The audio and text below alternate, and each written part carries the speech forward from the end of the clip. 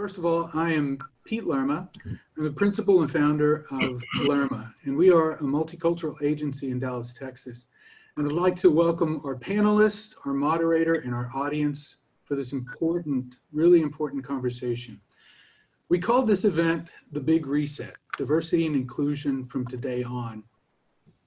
And it was referencing what I heard at the beginning of the COVID-19 crisis, which was that as a society, we were resetting our priorities, time with loved ones or work-life balance, that kind of a thing. And as the George Floyd killing fueled this discussion about equality, this movement for equality, what I saw were eyes opening to systemic oppression. And I heard people saying, I want to be a part of the solution. And in our work as an agency, we've seen companies asking themselves, have we done enough to promote equality? Should we say something? What do our employees and our customers need from a brand like ours? And in the coming months and years, we're going to see a lot of companies making significant strides in diversity and inclusion. And it's long overdue. It's the right thing to do. And studies have shown that a diverse workforce can actually make your business more profitable. So what I've been telling clients is don't fear making a misstep or don't let that fear keep you from taking action. If your company is genuinely committed to change, we believe that your employees, your partners, your customers will support you along your journey. And so we decided to host a conversation about diversity and inclusion and hear from high-level marketing executives on what they think about how best to move forward.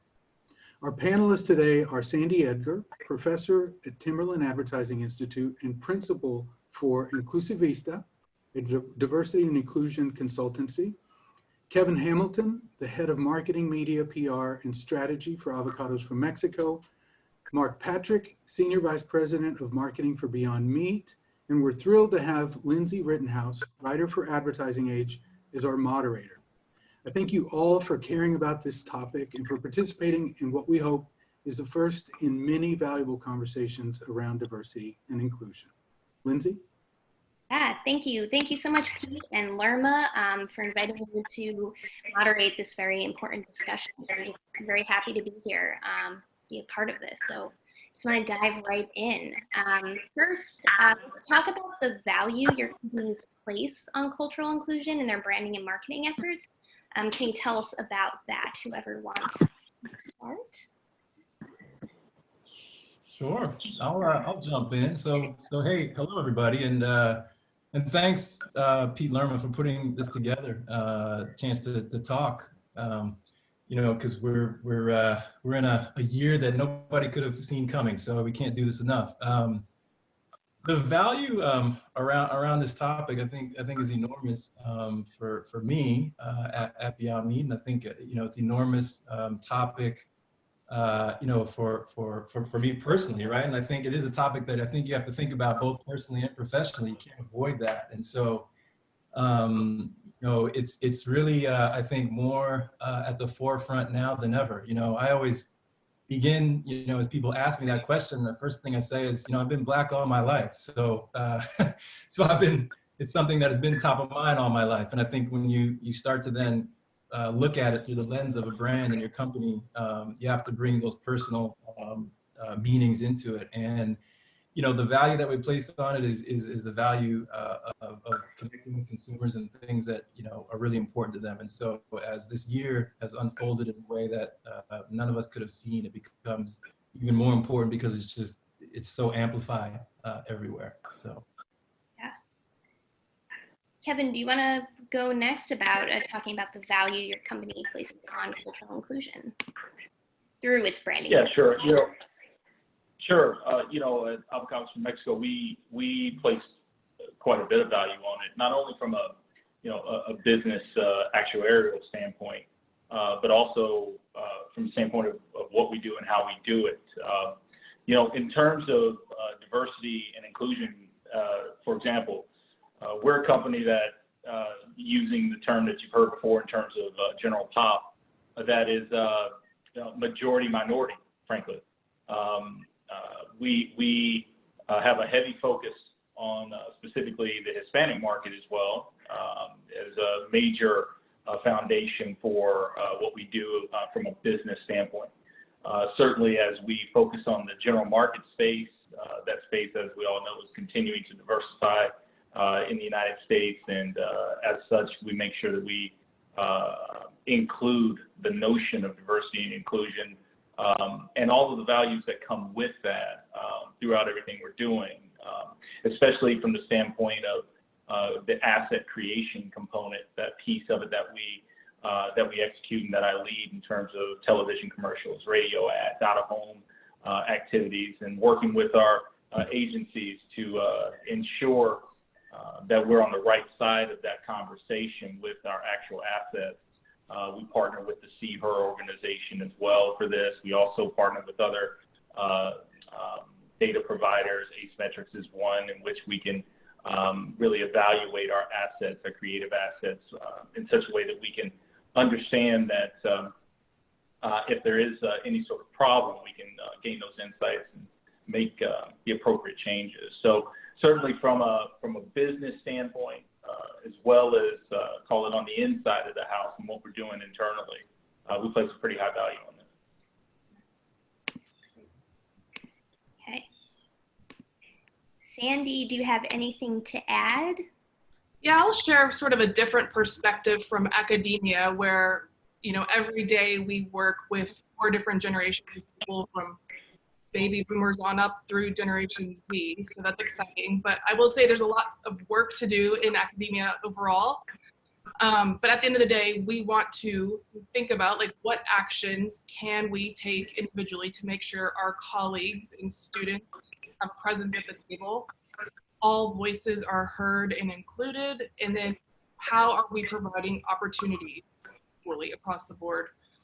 And I will say that this is a bigger statement leading into where we're heading, but I think we're way beyond the language of appeasement, and we must authentically fight for fairness and champion change at this point. So that's a big statement to make, but I'm excited and encouraged to see where this is heading.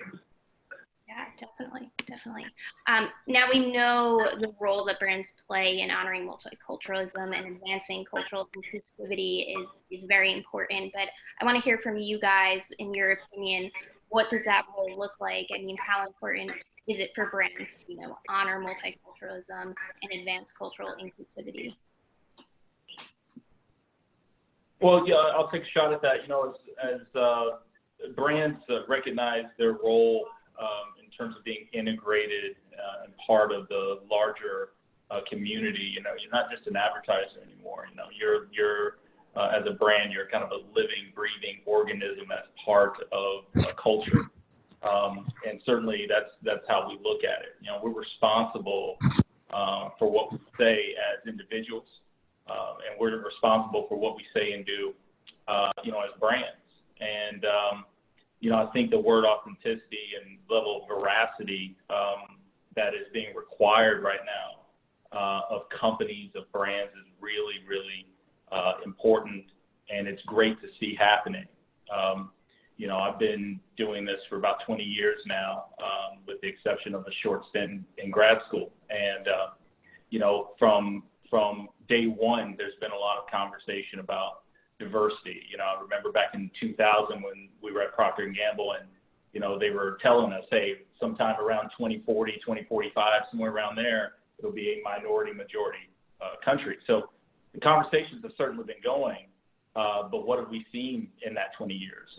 You know, we've seen, you know, a lot of, let's just say, things in society that we would not like to have seen. And as such, I think brands and companies can go a lot further in terms of walking the talk. And I hope that's where we're headed to.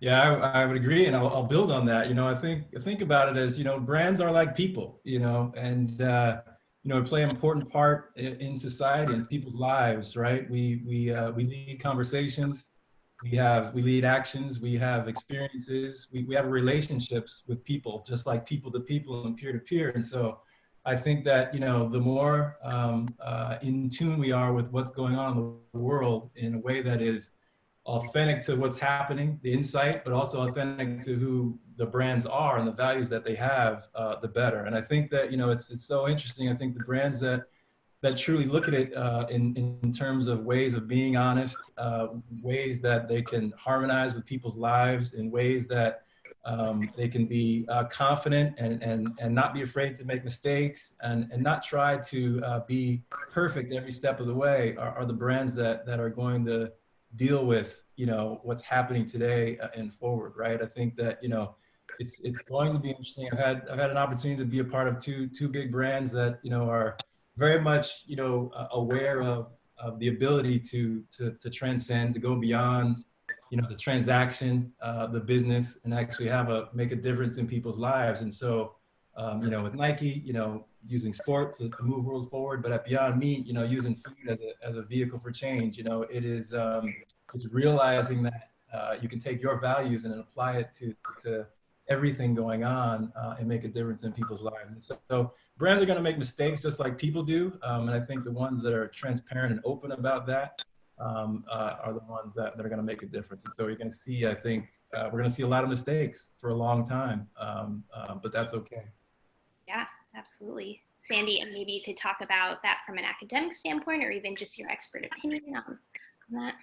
All of the above. So I will say it's interesting to consider that diversity and inclusion as far as workplace legislation is only 57 years old. So this is a really new content and topic in that aspect, but there's such an opportunity, especially for brands, marketers, and advertisers, because at the end of the day, we are the communications savants, and we understand how to tell stories and engage audiences. And at the end of the day, we are educating the public. So in that sense, we're reflecting culture, and we have the opportunity every single day to tell this story and bring awareness to issues larger than ourselves. And I think it's just such a privilege and a responsibility, both on the academic side when I teach these things, but also in the advertising space as well. So yeah, there's a lot of opportunity and a lot of responsibility in both. I think, and it's interesting you bring up the 57 years. I think it's really important for people to step back for a moment and realize, you know, I think in today's day and age in which we have social media, things feel like they're happening much faster. You know, we had you know, Barack Obama as a president. I think there's a lack of recognition and realization here that, you know, there was something called the Civil War that ended in 1865, and it took 100 years for the laws to reflect what 1865 was about, right? And from there, you still had all these problems occur, all these issues, and not just criminality or in the criminal justice space, you know, just in business as we're talking, right? And so I think we just have to keep in mind here that, you know, we're not far away from those black and white photos, you know, of the South, and seeing fire hoses, you know, on people and German shepherds on you. We're not that far from that, folks. So we have a lot of work to do, and we need to each ask ourselves, each one of us, you know, what's the little thing that we can do to make the world around us a little better? You know, if everyone thought about that and actually just did small steps, took small steps. You hear something from someone out there, maybe it's in a meeting or at work, you know, if it's not right, correct it. Politely correct them, you know, and move on. Just don't overlook it. That's something small, right? Something for them to think about when they go home. And I think as these things start to happen, and people, brands, companies become more aware, become folks that are held accountable, you know, you'll start to see some changes. Yeah, absolutely. Yeah, definitely it's on everyone. How have you seen customers respond to cultural inclusivity and some of the efforts that you've put out? Yeah, I think consumers, respond. People are positively to inclusivity, but also, I think looking for the authenticity as well, and looking for things, actions speak louder than words, and really, looking for voices to be heard and to say all the right things, but to actually ensure that it's real, and that, when brands show that they are inside of the community and not sort of coming at them, and they're from within in their actions, I think that they respond really well. Kind of building on, something Kevin brought up. When you look at the historical perspective of this, I think now more than ever, as people start to try to understand truly what this all means today, it's like, oh, I didn't realize that behavior that I did was offensive, or I didn't realize that situation I was in this meeting wasn't quite right. I think, that it's going to take a time. This is where my point about mistakes. There are going to be mistakes that happen over time, because we're reversing something that people become used to, becomes a part of everyday life. And so I think the more, again, brands that show that, again, the honesty around that, and you can actually demonstrate that, mistakes can be made, but also being a part of being inside of all of that, as opposed to coming at it from a condescending way, people will continue to respond more positively. There's definitely mixed, people are sometimes apprehensive, but again, you have to, I think, stay at it and be consistent and relentless about it. Yeah, you're seeing folks vote with their wallets. We test for this actually at our company when we're testing our creative. We're testing for diversity and inclusion and attitudes that consumers may have about the efforts that we're putting out there, the assets and the creative that we're putting out there. But I think in this day and age, and we're seeing it, consumers are going to make themselves heard. I think about, and again, we go back to the time conversation a bit. After all this time, and my friends at PepsiCo, I love them, but after all this time, they didn't think Aunt Jemima, and if you're from where I'm from, it's Aunt Jemima, by the way. They didn't think that was a problem. 2020, that wasn't a problem. So we still got a long way to go. I heard something the other day that was an interesting data point. To be clear, I haven't verified this myself, but the thing that I heard or read or something was the United States is the only kind of first world developed country that was founded from its start with slavery. That is saying something, folks. It is embedded in who we are, the country, all of this stuff. And to reverse engineer it is going to be very, very difficult. We just have to keep working at it. Absolutely. Yeah, absolutely. Can you share a recent example of how your brand has been mindful of or represented cultural inclusion, either subtly or overtly? Any recent examples you can share with us? Yeah, sure. I think, I'm sorry, Mark, go ahead, go for it. Yeah, I would say, there are definitely many examples. I think, when you have to kind of look at this year and how all of the events have compounded upon each other, right? From, even go back to Kobe Bryant tragedy, to COVID-19, to, the racial tension that we're all experiencing right now. It really has tapped into people's emotions. It's been front and center for everybody, right? And all of this is amplified. And so I think as a brand, paying attention to consumers and what's going on, and actually thinking about our values, there are examples of some are more overt and some are more subtle. Starting with,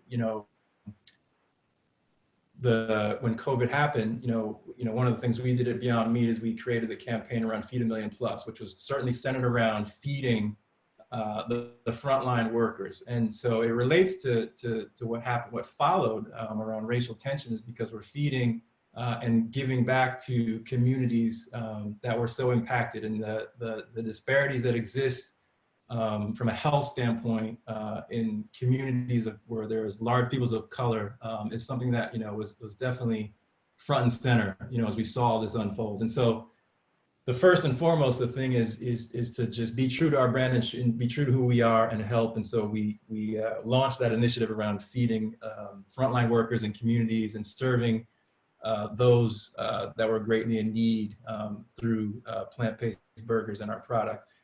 Following that, as things escalated across racial tensions, and the George Floyd tragedy happened, I think we all were tested, right? So what do you do? What do you say? How fast do you act? And I think because for us, it was so front and center with our consumer. The first thing is to say something, is to speak up and to do it in a way that is heartfelt, do it in a way that feels, again, almost human. It feels human and not almost like a person is speaking, because we are people that run the brand and putting out a statement out there and then following it with action and building on the right things that are not going to be a quick fix, doing things that are going to help over time. So building short-term and long-term plans. But the first thing was just simply to speak up and show that we're there and we're listening.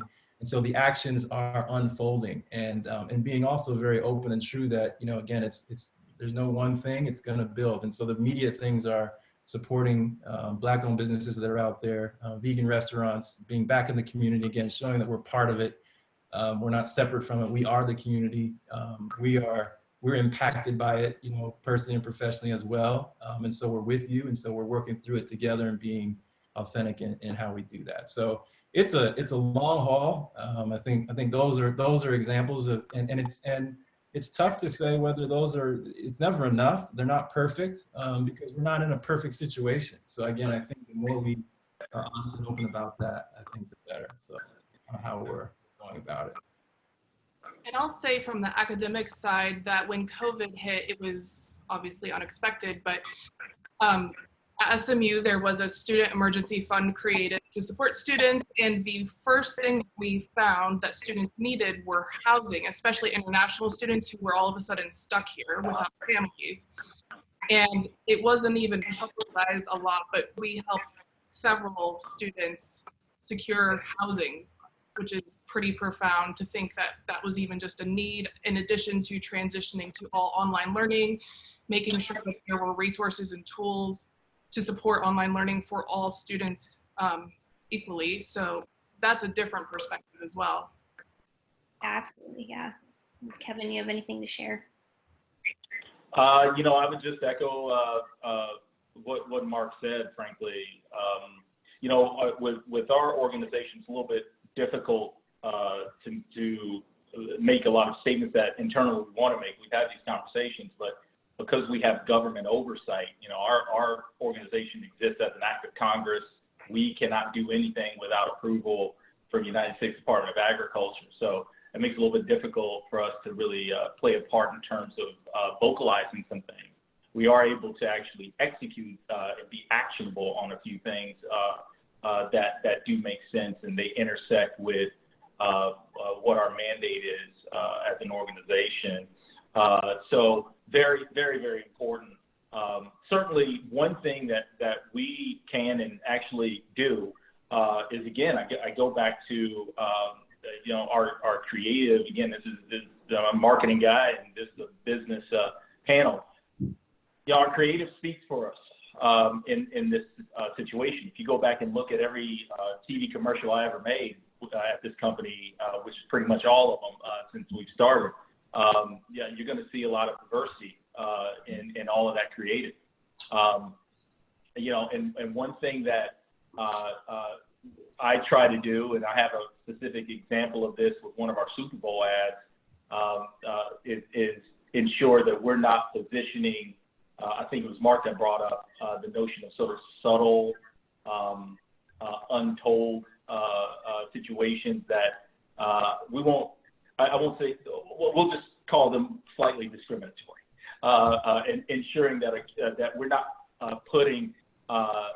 We had a situation in which, to not be as vague as I'm being, we had a situation in which the one African American woman that was in the ad was in a position that, from my eye as an African-American male, just didn't look right, because she was doing something, it would take too long to describe, but she was doing something as part of the ad that I could see as a person watching this of color saying, okay, of course you got the black woman doing that, right? So I had to move her from that role.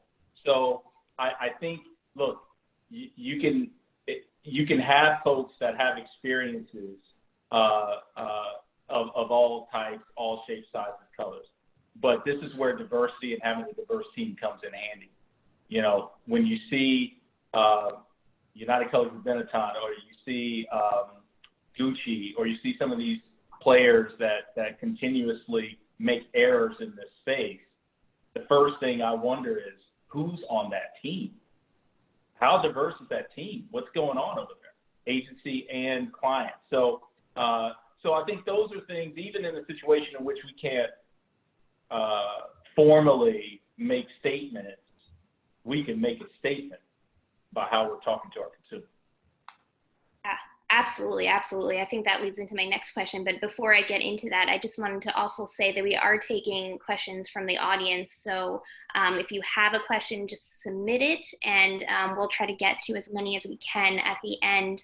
But yeah, my next question is, you know, how are your own companies, what efforts are they doing to advance diversity and inclusion, and, you know, improve diversity and inclusion within their own walls? Yeah, well, I think that where I work, and I think many companies, really all companies, I think what you're going to see is a lot of adapting and correcting, right? And I think that, you know, and that's a good thing, right? Because again, what people may have perceived as acceptable or just status quo or overlooked or didn't realize it, is now front and center, right? As people have more than we've ever seen in any of our lifetimes, even going back generations. And so you now have this need to really truly assess, you know, everything, right? From the overt things to the little things, and the way people act and the way people talk. And so I think there will be adjustments. This is just a true assessment, right? First of all, so wait a second, that wasn't right, we don't have enough. And so I think there's that. I think the next thing is making this be not just a issue or a challenge that exists amongst the people of color in our organizations, and certainly not at my organizations. It may be front and center because of my role, but it's really something for everyone. And so I think that is the first thing, and involving the entire organization. And that's everything from speaking to people, taking surveys, really assessing, really listening, our leader talking about the importance of it internally, and showing that, you know, that this is something that is going to be a part of us for the long term. And so that's a simple thing that I'm saying, but it's a really big one, because it's not something that is just a part of what the problem historically has been, where you point to a certain person of color to fix it. It's actually amongst everybody. And then I think it's the things that can build scale, the partnerships, the give back, the initiatives that are more outward facing, that all, you know, kind of bridges the gap of showing that, you know, you're true to who we are inside, and we're creating transparency around that, as well as how we're making an impact around the world. So it's comprehensive, and again, there's no one quick fix. It's multi-layered, but there's going to be quite a bit around it. I don't know if anyone else wants to go next, Kevin or Sandy. 100% agree. I could not add any more to that. That was right on, as far as I'm concerned. All right, cool. I guess my next question is, you know, how does your company hold their agencies and other partners accountable for, you know, improving their own diversity and inclusion efforts within their companies? Well, from my standpoint, I'm sorry, Sandy, please. I would just say there's 2 points. Number one is give multicultural agencies the opportunity to pitch for general market. and then also insist upon diverse teams handling your accounts. Yeah, it's great. Yeah.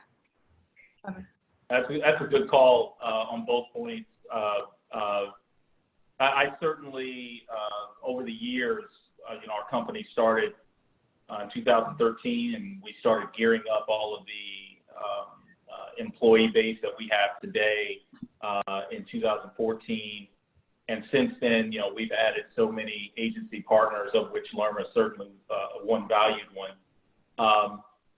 And, for the agencies that I'm responsible for and that I partner with specifically, over the years of the pitches that I've done, things of that nature, this is a question that I bring up. Not only agency-wide, but specifically my team. It goes back to all the things that I was saying a bit earlier regarding diverse topics, diversity in my creative. So this speaks to the second point that Sandy noted there. I effectively just mandated. Yeah, I would agree, and I would just say, I think as marketers, advertisers, we're really good at creating KPIs, right? We're really good at creating pretty clear, specific measurables to help a business, to help perform, to help create sales, all the things that make us thrive. I would say that, when it comes to diversity and inclusion, we haven't always historically applied those same expertise. And so I think, when it comes to our partners, it's about just being really clear.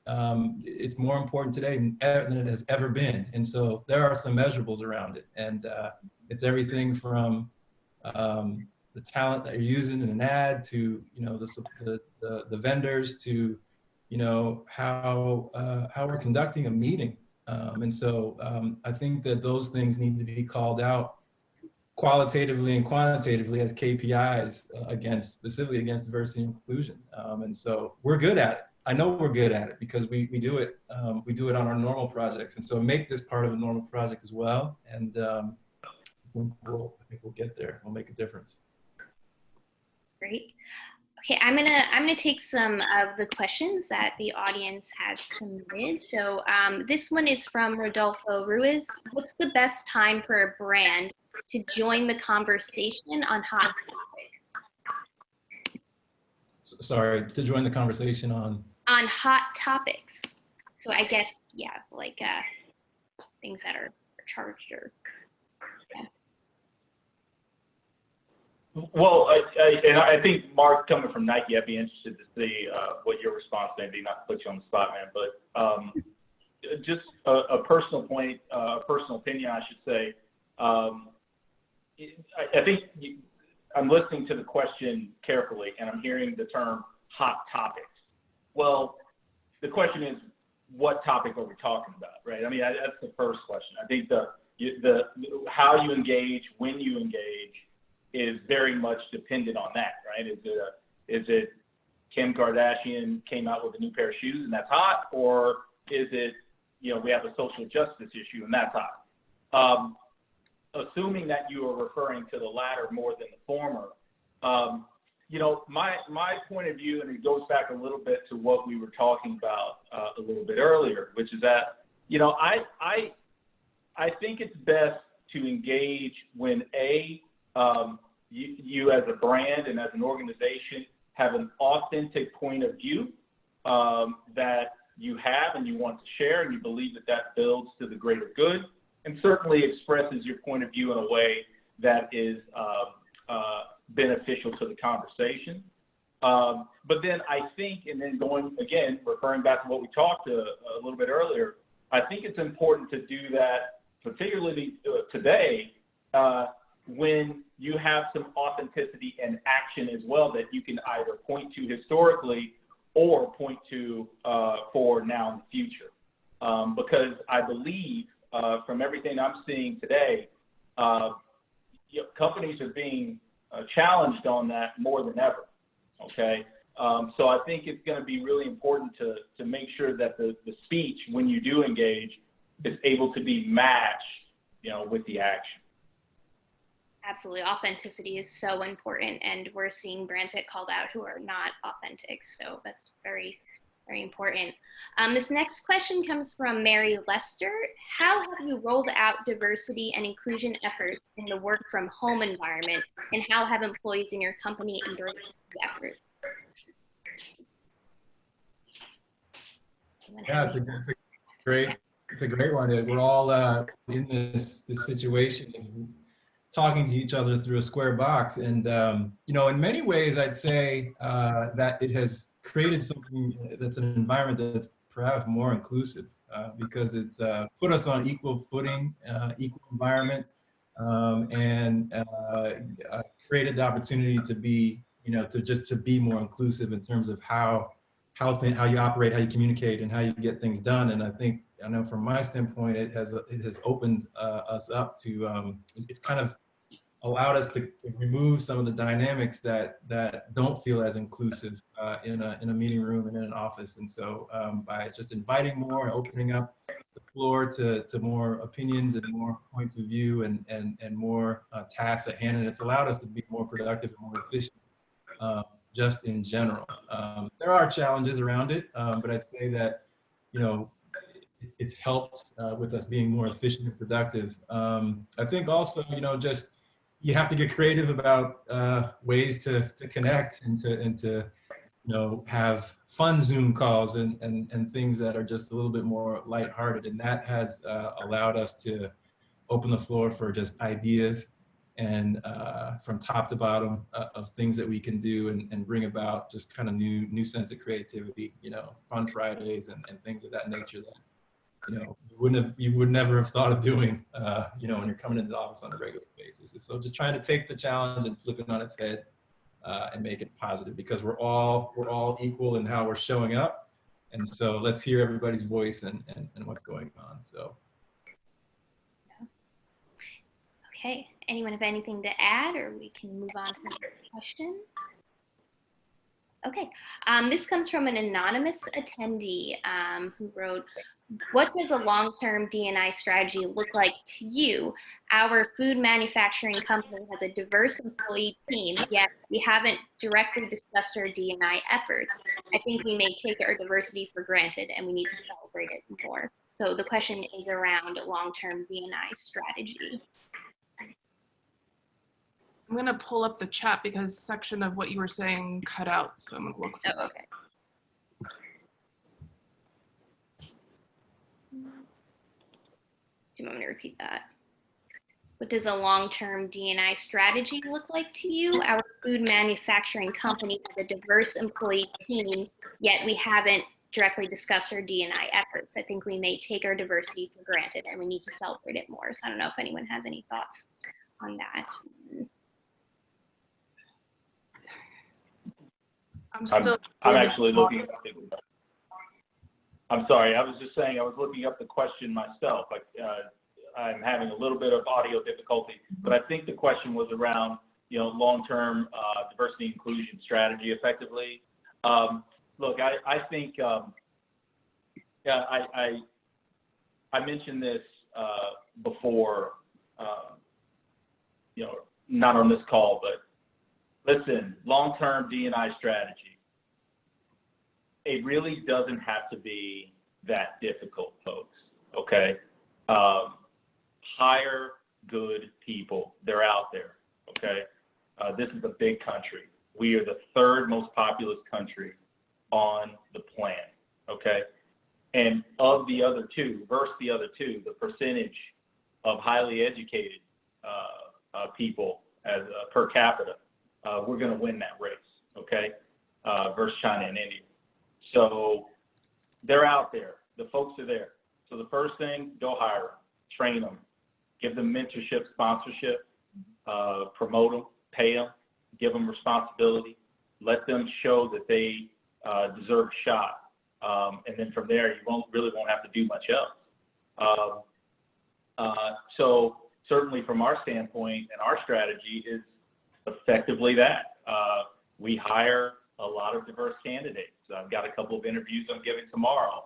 Both of them are diverse candidates. You look at our executive team, a lot of diversity on that team. And again, I think the only white male we have on of the 8 people, we're talking about 1 white male. Now, it's not to say that the goal here is to reduce the ranks of white males. It's just to say that there are opportunities out there that other folks need a shot at. And I think if you give them a shot, you give them a shot at the ball, at the plate, they'll be able to knock it out. So the strategy is really simple. It's just hire, support, and promote. And recruit from a variety of places and not just the traditional sources, I would say. And then also find ways to support people authentically to continue their education, to get involved with various resource groups. Yeah. I would agree with that. And that, you know, the representation, right? It's like, get it right. And I think that, you know, when people say, well, where do I start? Well, the networks that we have are vibrant, you know, and I think if you're very deliberate about it, you can get to a plethora of talent that's out there, but you have to be deliberate about it and look to proactively really want to have the right representation and make a difference. And then once that representation, kind of to build on what Sandy and Kevin were saying, is that the plan is intact because they're representing some of the things that may seem obvious that were missed are needed. It becomes not just a D&I strategy, but it's a strategy for your brand, and it's very inclusive already because you're represented more properly.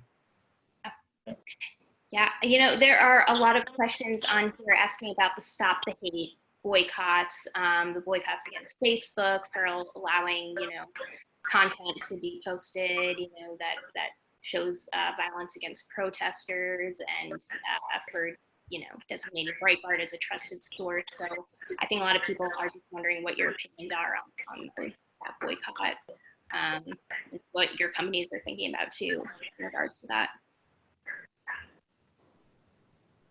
You know, again, with us, very difficult to make certain decisions based on strictly a political stance. Okay, we're a structure that just, it's very, very difficult.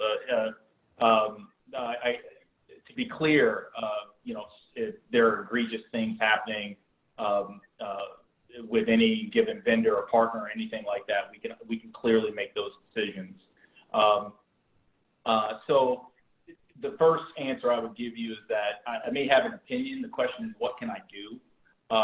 And what I can do is ensure, for example, that to the extent that we are advertising in social media, that we're attaching our advertisement, and we're assuring that our advertisement is showing against certain content that we actually want, so that we're staying away from anything negative, anything that or could be perceived as negative, things of that nature. Facebook is certainly in a tough spot. You know, they're trying to maintain a certain position. I say Facebook, but really all the social media players. They're trying to maintain a certain position of free speech. Who are they to necessarily make the call that a certain statement or a certain point of view is considered negative? I mean, on the margins, it may be difficult to make that call. So I understand where they're coming from, but on the flip side, you know, when you become a company, whether it's a bank or a technology organization, et cetera, that is effectively too big to fail, that comes with a certain set of responsibilities. So I don't envy the position that they're in. I'd like to see, without trying to make a tough decision for them, I'd like to see, personally, going to now my opinion, some better reaction, I think, from them on it. I would agree, and I think it goes back to what I said in the beginning, is that adjustments have to be made, you know, and I think that is, everything is amplified and front and center, and Facebook is a perfect example of that. And I think you just have to clearly, truly assess and go back to the values of your brand, and if those things are being tested, then you have to make adjustments.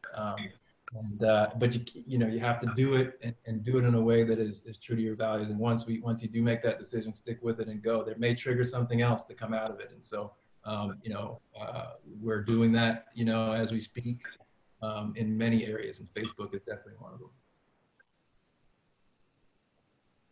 This next one, this one's, well, not the next one, but this is a good one too, from Ruben McCoy.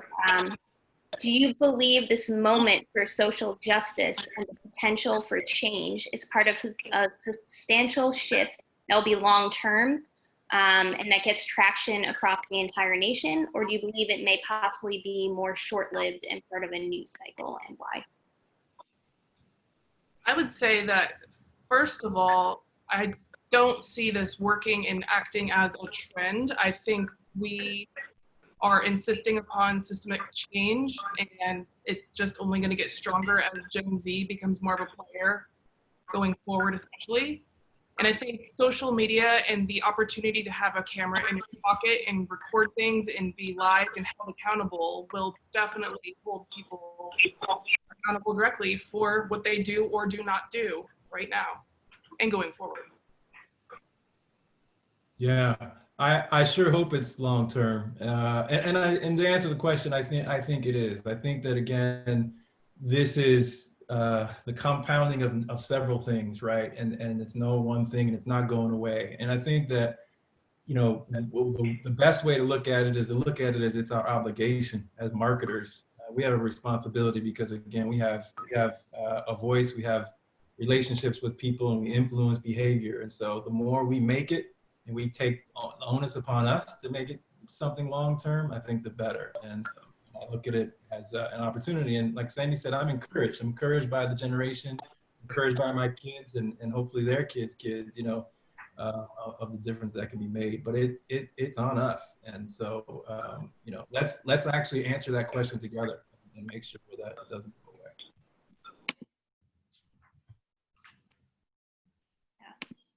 Okay, here's another good one. Kevin mentioned correcting an inaccurate, improbable portrayal of a Black woman on set. Can he or the panel elaborate on the difference between merely including people of color in ads versus depicting diverse cultures authentically? Versus? Depicting diverse cultures authentically. Sure. I'll try. I think I understand the question. Certainly, you can cast for folks, but I think the same place from which ensuring that, in my example, repositioning a cast member in an ad, the same place that came from, I think, is the same place in which you derive creative storylines that are authentic when they are called for. You know, and when I say when they're called for, what I mean by that is when the creative involves, you know, diverse cultures and things like that. And you ensure that the writing and all of the things that come with that, copy and so on, you know, are appropriate. This is, again, where, you know, your diverse team members, your diverse workforce, your diverse agency really comes in handy. And again, just speaking about it from a business standpoint, look, you know, it's very tough to see things that you may be blind to. It's very tough to even know what you may be blind to. So this, again, and this is what I implore to folks out there, this, again, is where, particularly, I think, in marketing, where our job is communicating. There's no point, personally or professionally, from a marketing communication standpoint, to speaking if the recipient isn't hearing it. You know, and the point of speaking is not to speak. The point is for the other person or the other entity to understand, to take the message. And so it's important then to make sure that you're removing any barriers to that by being very sensitive to any of these situations. I'll tell you one other quick anecdote. I'll talk about one Super Bowl ad. We'll go a couple of ads before that, a couple of Super Bowl ads before that. I'll tell you something. I missed something in the creative. And this was ensuring, again, that we wanted to make sure that we were depicting folks the right way. I ended up missing something, and my team, kudos to them, at the agency, came to me and said, listen, we're thinking this might be a problem. We need to change it. And once they pointed that out, said, yeah, you're right, good catch. So it's really just making sure that you have a lot of folks that are aware and know that it's not only important to them, but important to you, either as a team member, a client, an agency, or so on. It's funny how that question ties back to the internal question about representation, you know, and having voices of a mixture of people who can look for the right way to be authentic, but also be deliberate about having, you know, diverse casting and things. Because if we're not deliberate about it, we're not addressing the issue at hand. So it kind of goes twofold, right? Have an internal representation that can look for it, but have some goals to look for it and do it the right way. And make sure you're like intentional in every aspect of not only the creation, but then the follow through. And when you're building out your creative, like look to build in a diverse character as the hero and make sure it's genuine and build stories around multicultural insights. It's not just creative, it's all the way through strategy too. And test for it. I mentioned it earlier, test for it. You know, that's what we actually do. I can go back and look at research reports and copy tests on this particular topic to see how consumers are responding to this. Yeah. Sandy, this next one is for you. What can colleges do to prepare the future of the industry with a D&I focus? First thing is to be directly and closely tied to the industry. Be out there and talking to and figuring out what do you need from graduates right now. How are you updating and keeping your curriculum current and modern? There's so much opportunity in that. And then things like building internship partners with various companies and brands, bringing in variety of speakers to classes so that you can have as many voices heard by the students along the way in their career as a student. Honestly, there's several things to do, but I would say that's the beginning of it.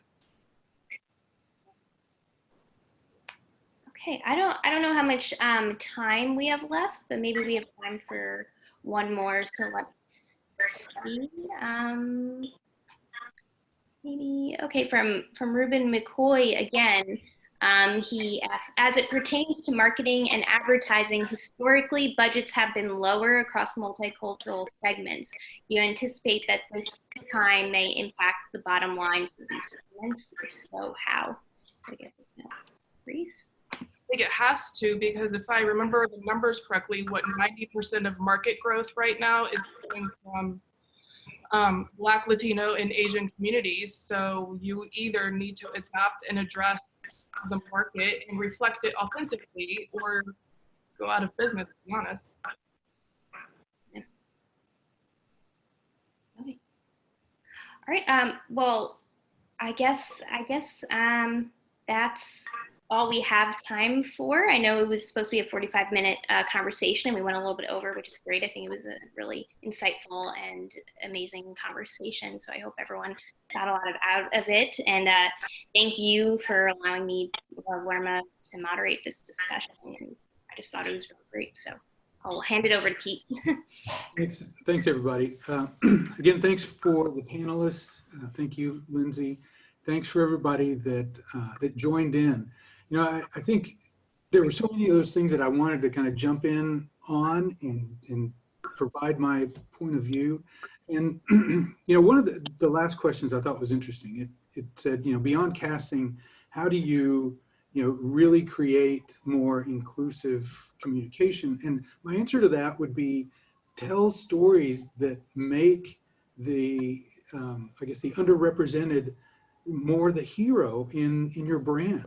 And that doesn't have to be just a race thing. It doesn't have to be a gender thing. You know, make a gay man the hero, make a trans woman the hero, make a special needs character the real genuine story in your brand, and not in an exploitative way, but in a genuine, meaningful way. And I think, you know, those stories are going to resonate. They're going to mean something to, not just the underrepresented community. They're going to mean something to all of us. And I think that's what we all have to get better about, is looking at the world and in our brands, our companies, through as many lenses. We talk about walking in somebody else's shoes. We all need to walk in, lots of other shoes. And so I'm excited about this conversation. I'm excited that lots of people are having conversations like this, and I look forward to change. So thank you all again for joining us, and we'll see you soon. You. Thank you. Thank you. Thanks, everybody.